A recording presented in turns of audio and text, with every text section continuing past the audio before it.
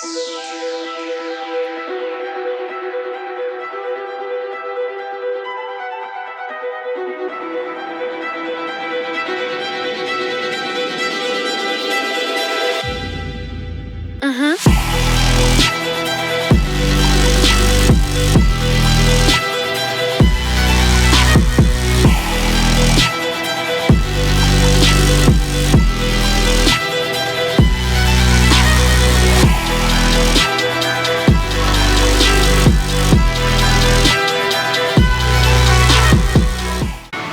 this one I'm waiting on my laptop to charge. My tuning laptop decided to get a corrupted hard drive, so all of my bass tune files are compromised. But I'm actually going to take this and tune it out to the computer place, so that way we can get this one out of here. That's all it lacks.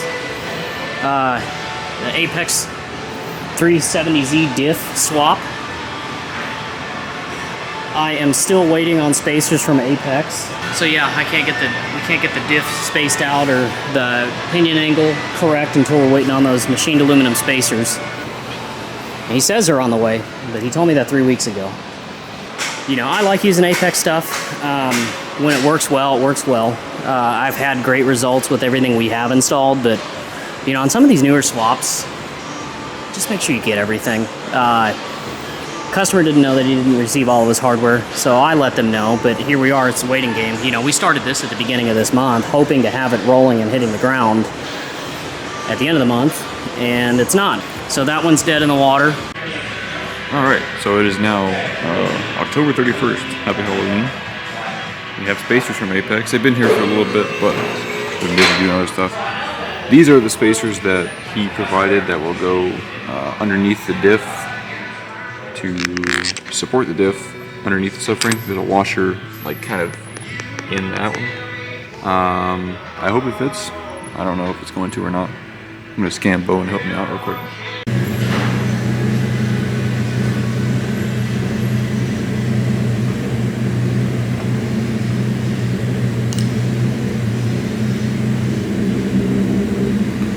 Yeah, you got plenty of trends.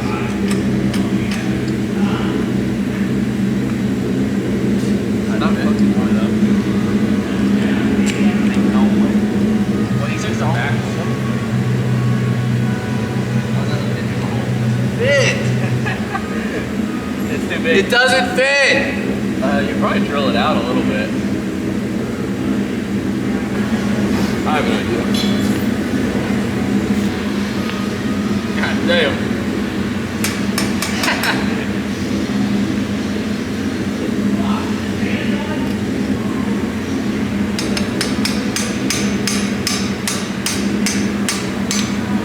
It does fit. Not very well. Dude, that's like a millimeter, 2 millimeters.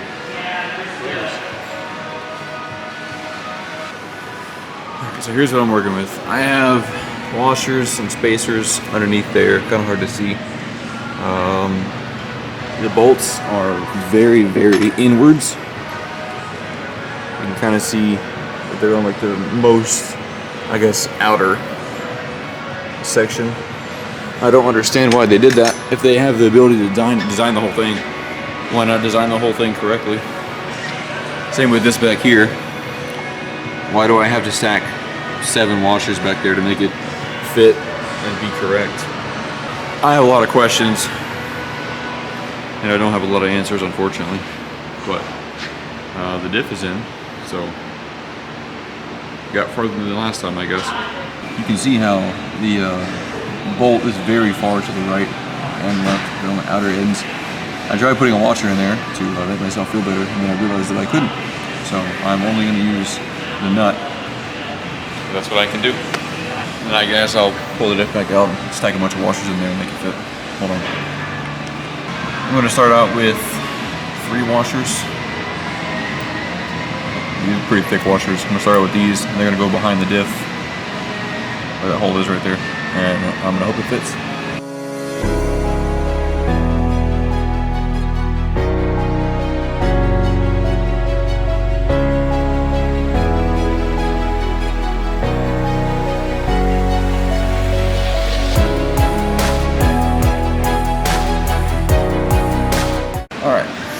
So with those 3 washers installed,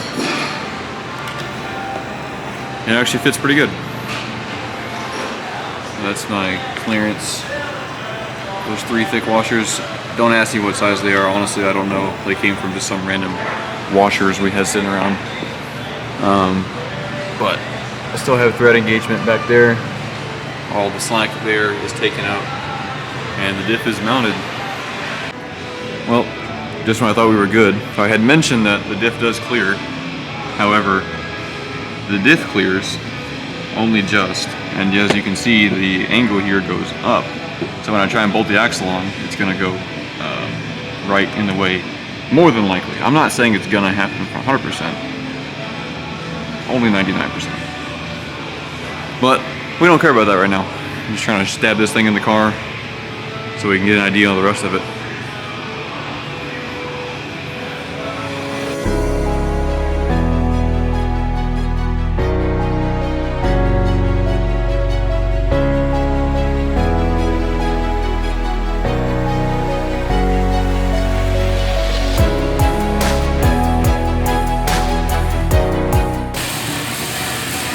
Supposed to have 4 washers. I don't know where they are.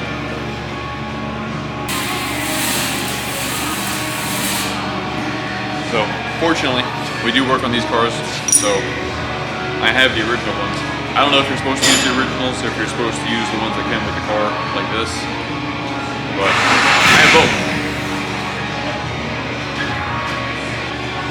Do be careful which ones you use though, because there are 2 different sizes.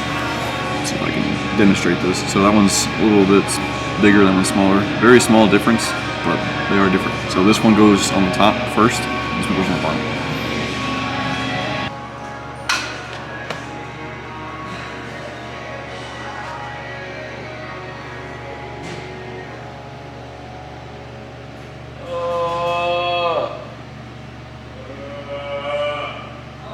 Hey, guess what? It doesn't fit.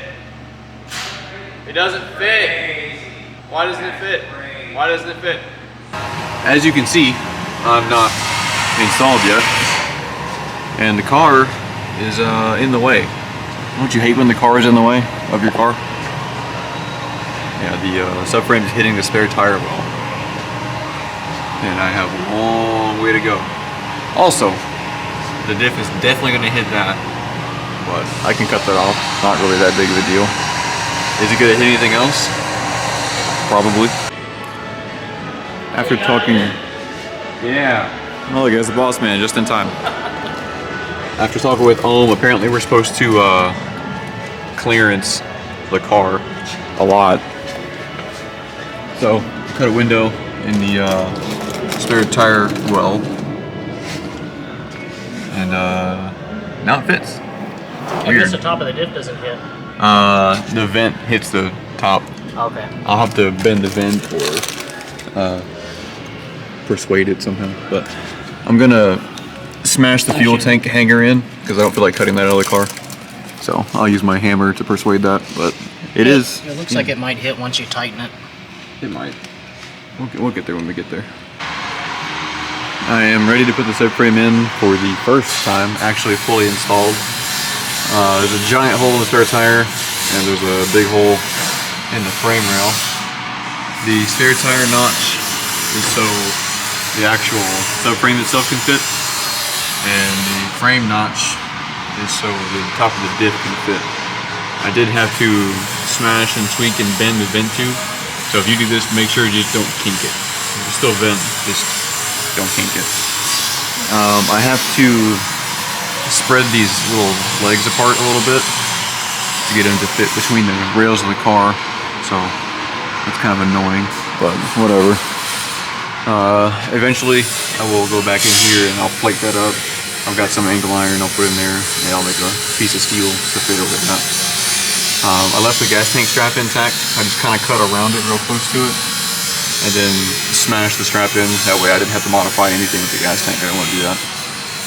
But these fuel lines, they do clear. The diff, or the subframe does push up on the lines a little bit, but it works. I did have to also smash the car in a little bit right there. Didn't take very much because it's 240Z, so a few good smashes with the hammer and it came right out. Also had to cut this exhaust hanger off the factory car. So quite a lot of work to get this thing to fit in there, but hopefully it actually does fit. We'll see.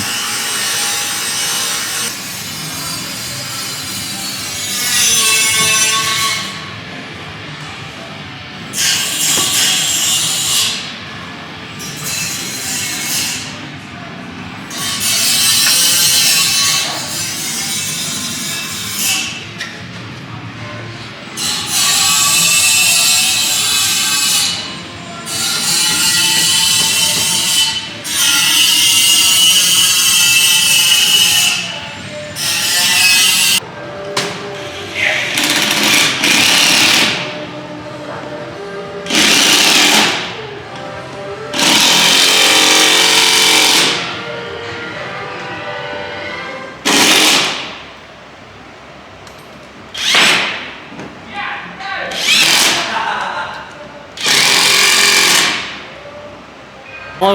Well, mine would be not that bad. Mine's the least modified. Yeah. Which is good and bad.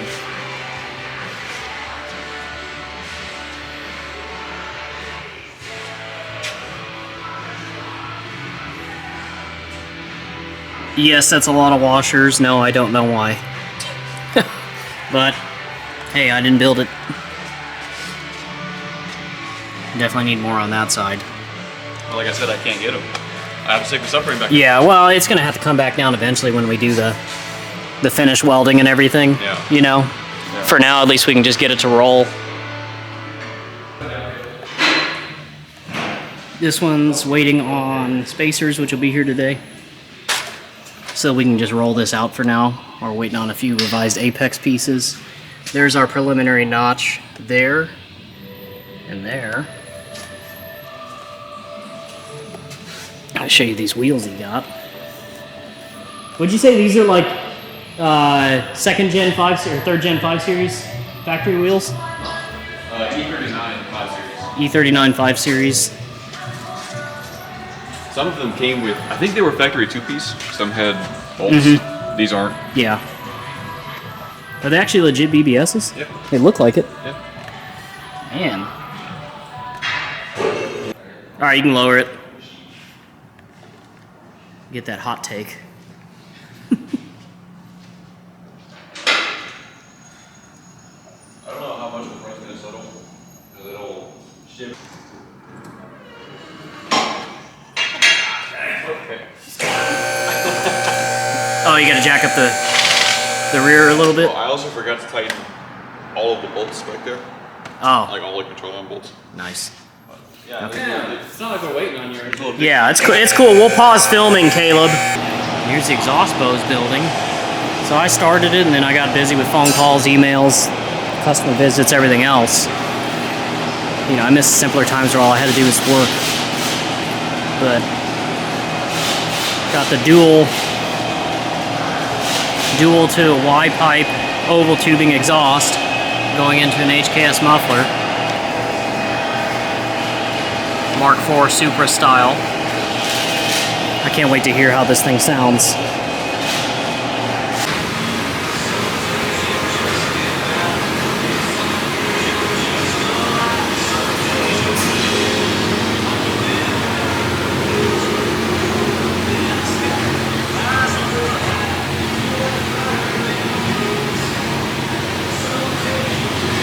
Finally got this exhaust wrapped up.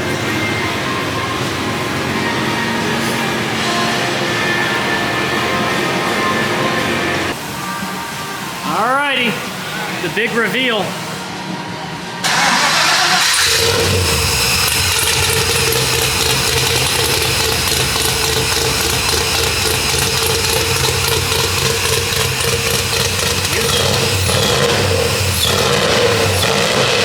It's rich.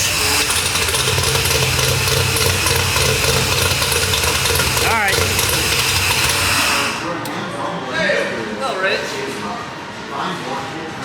Congratulations, you're the reason it was 110 degrees this summer. I created global warming. This one's in for apex control arms.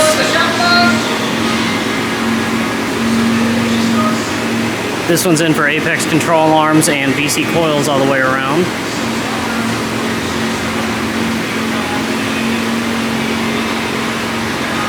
I'm checking for a fuel leak right now.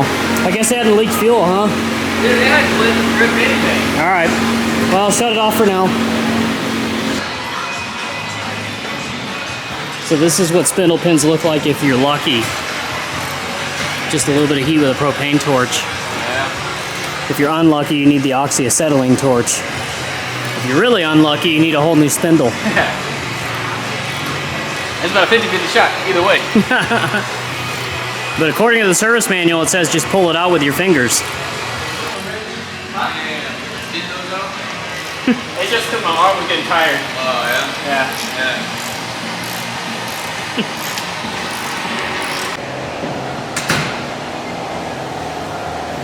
Well, we're doing lots of electrical work.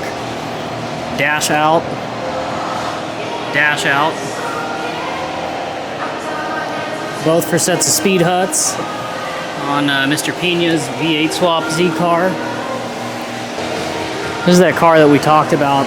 She had hired a mobile mechanic to come out to her garage and work on it, and man, the more we get this apart, the more and more stuff we find that's just done terribly. We already found like 4 or 5 fire hazards that we fixed. The electrical wiring. So she wanted all of her speed hut gauges to work, and the air conditioning and the radio and all that. And yeah, none of that wiring was done properly.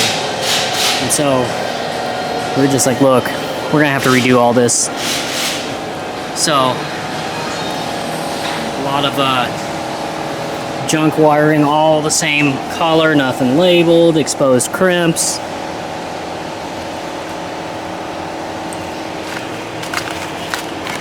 I don't know what redneck was working on this, but whoever that was should put the tools away. Bare exposed wire. I mean, just, you know, this is, and none of these had fuses. So we have all these unfused circuits with exposed wire. If you're lucky, the wire burns. If you're unlucky, the whole car burns down. You gotta be really selective on who you hire to work on your car, especially a classic car like this. I mean, she spent some money on this car. You know, it's a real shame just how shoddy the work was on this wiring job. I mean, absolutely piss poor in every sense of the word. I want to be a lot more disrespectful, but I want to keep my channel somewhat PG-ish, PG-13, so we're not going to go there, but let's just put it this way. If Discovery Channel ever hires us to do a TV show and we get to say a lot of bad words, you're going to hear about it. But otherwise, we're getting it straightened out. I think we decided we're gonna replace the whole dash harness. They hacked up the factory harness to where it's basically unusable.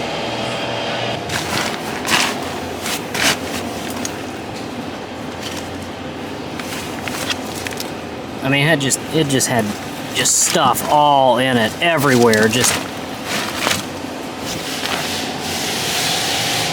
not done properly. So we're getting it straightened out. Should be very happy when it all works properly and is done safely. Well, it's 1 p.m. on a Tuesday. How do you feel? Terrible. Terrible. I don't know what I'm doing. It used to work, and now it doesn't. What doesn't work? The lights. Yeah, but remember, we took out all of the shitty wiring. Yeah. So maybe they like wired in their few fixes or whatever for like a broken switch. So none of the exterior lights work. But you also like undid all the stuff under the hood. So there's, I think, the relay that I was concerned about. I think that is the switching relay for the high beam. I don't know though. That is weird. Gotcha.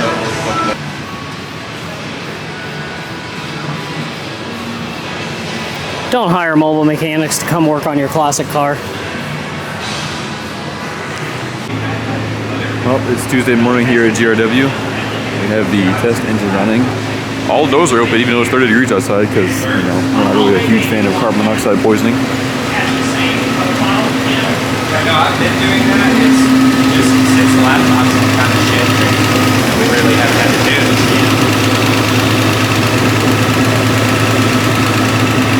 You have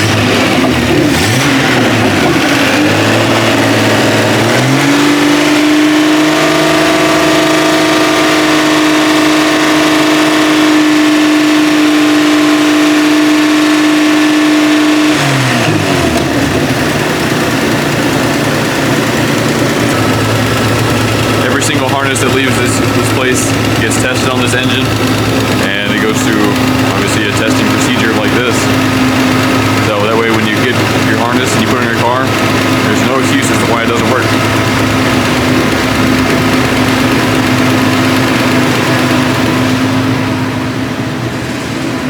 Just a little bit of fuel in there, you know, it gets it going.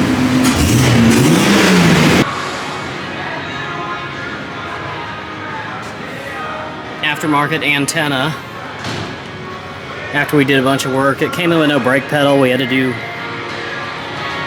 a new master cylinder. It sat for 2 years because it didn't have brakes. Put some fresh injectors and connectors. If you guys are buying injectors from us, you should really consider doing the connectors too, because they're almost always brittle and rotten, or they'll break when you're taking it apart. And we have the connectors on our Amazon store. Yeah, this one's almost ready to go home. So we're gonna finish up this antenna thing, give it a final road test, and it can go home.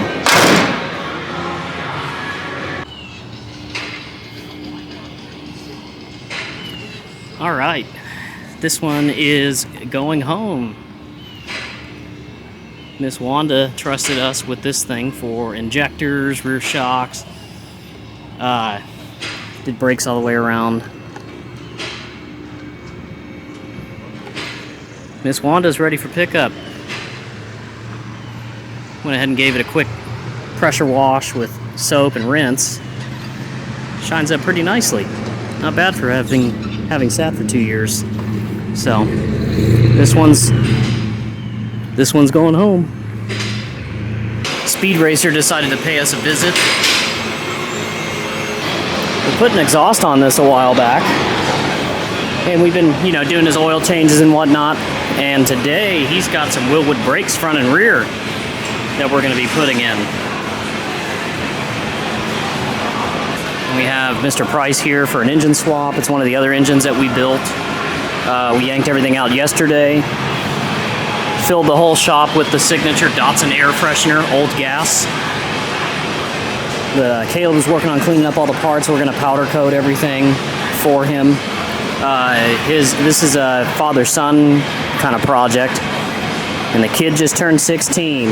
He's itching to get his driver's license. And this is going to be his first car. So we're doing polished aluminum on the intake manifold, and the rest of it we're going to do in this pearl metal flake purple.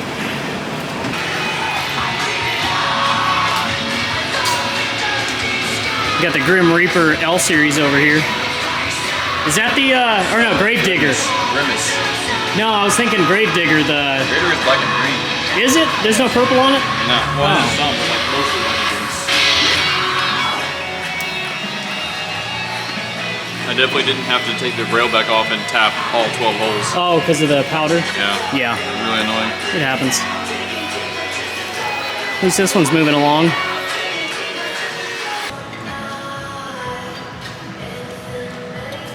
As you can see, this is exactly how you should not build a 280Z exhaust.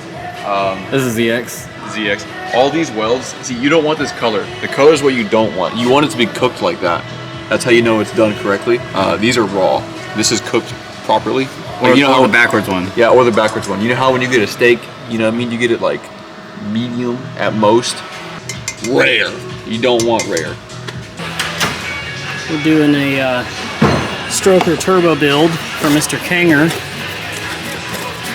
Just finished measuring out the eagle rods, the diesel crank that we had reground by Engineered Performance out in Alvarado. Got the block prepped. Yes, got the block prepped and painted yesterday. Getting ready to flip it over and put the main caps in with the ARP main studs and start measuring our main bore clearances.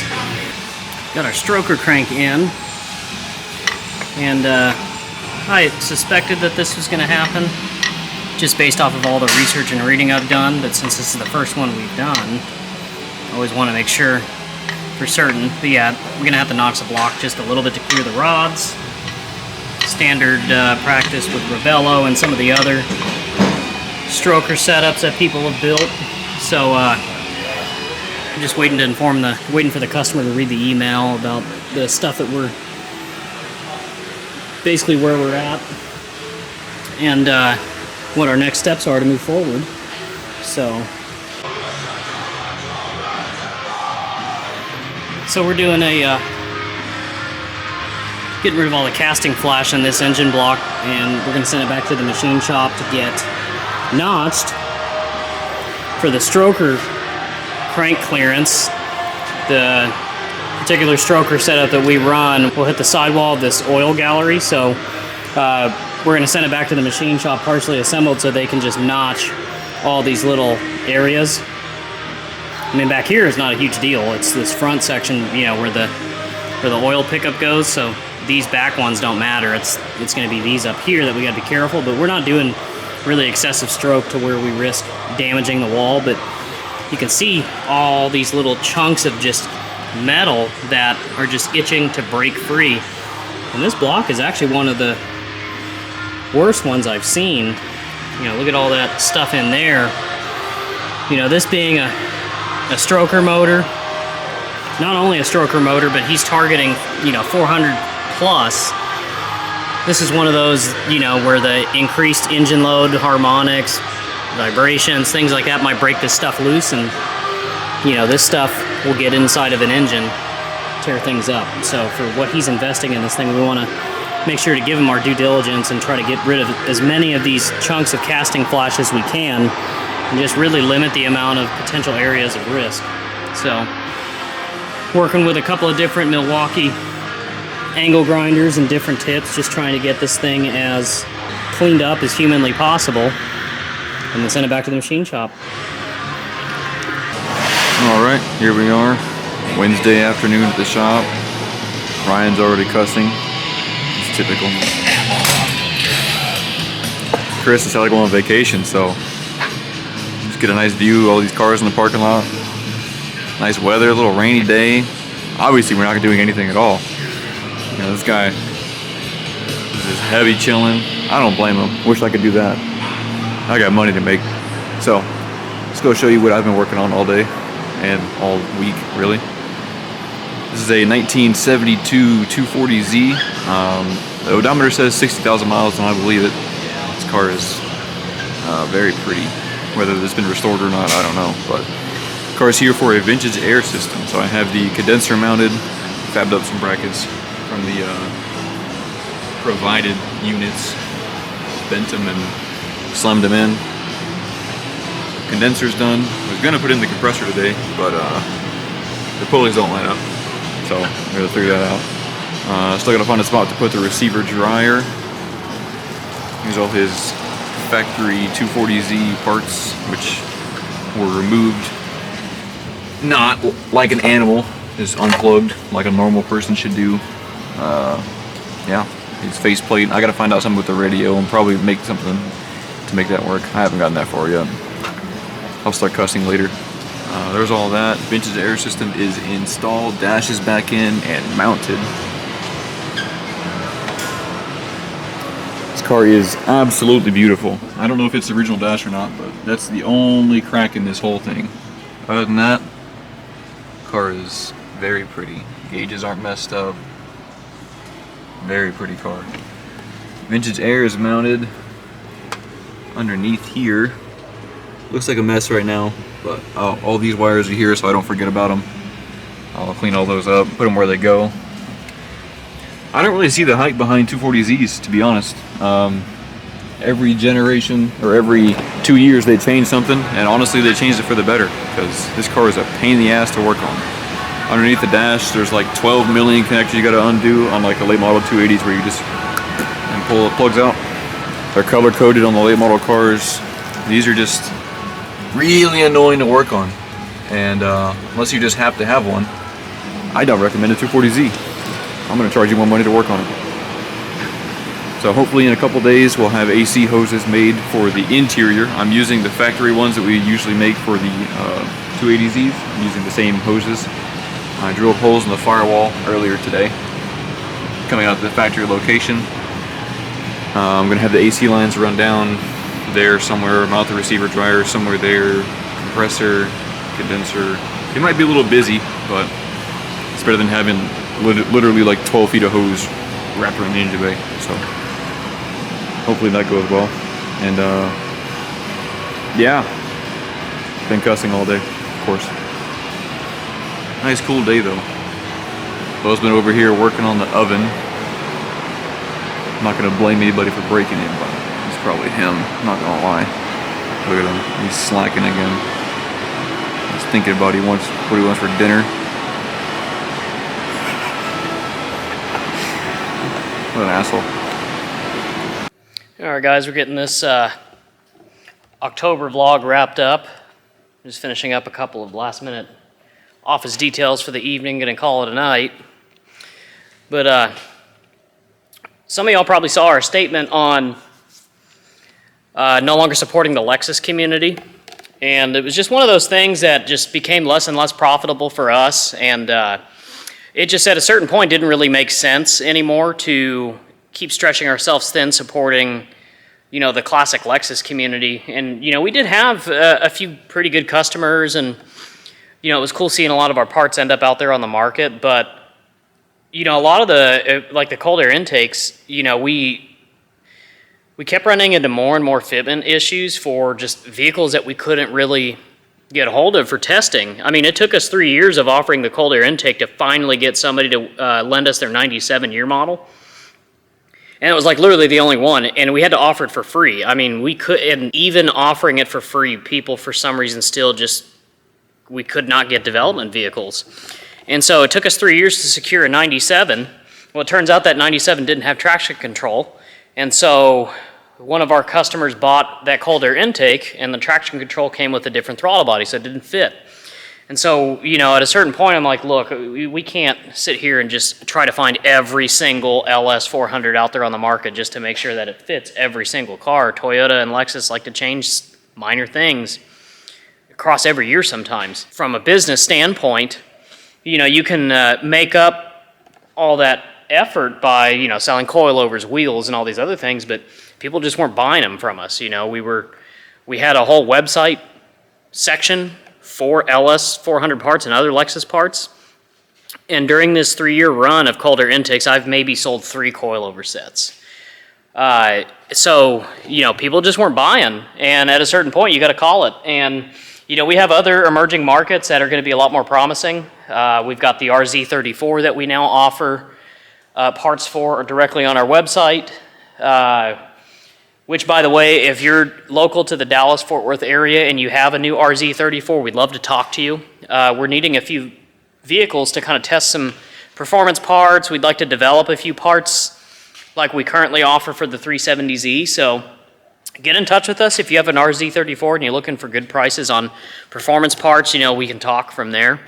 So we have that market coming up. We've got the Z31 market, and although we are running behind on developing the Megasquirt, I'm just having some delays with the engine build. I still have like 6 on the schedule as of right now. So, you know, unfortunately, customer cars come first, and so I've got to get these motors out.